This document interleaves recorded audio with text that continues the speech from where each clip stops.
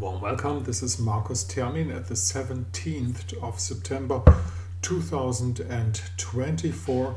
We are full in the full moon approaching tangent. Full moon is going to be this night around 3 o'clock Middle European summertime. And as I'm speaking, the moon, who is in the sign of Pisces, is just touching Saturn. That makes the vibes a little bit more serious. But what I want to point out, especially, I did a movie on the full moon yesterday already, and I'm going to make another one probably tomorrow.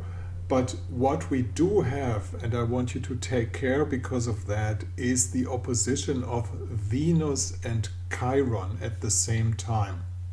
Now, if you look at the world theater, let's put it that way, though this theater is deadly and serious for a lot of people, it's all about, should we attack or should we negotiate? There's an opposition.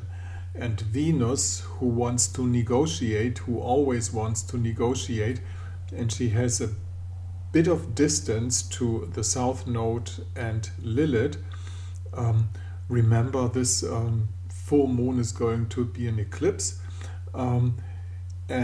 So an important one, and she has the opposition to Chiron, which means that there's a hurting side at the opposition.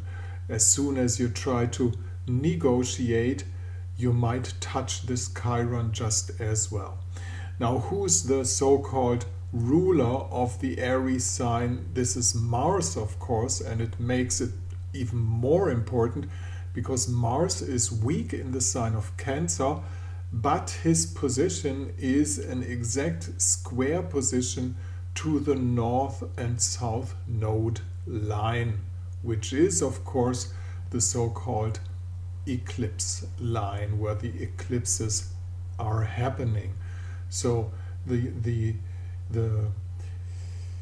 destinator or the dominator of Aries, himself is balancing out these oppositions. This is where we are in now. This is a crucial point in actually world history. Are we going to make the turnaround to come back to a peaceful world order again, or is this going to escalate to Armageddon? This is actually the question that is upon us, and let's pray.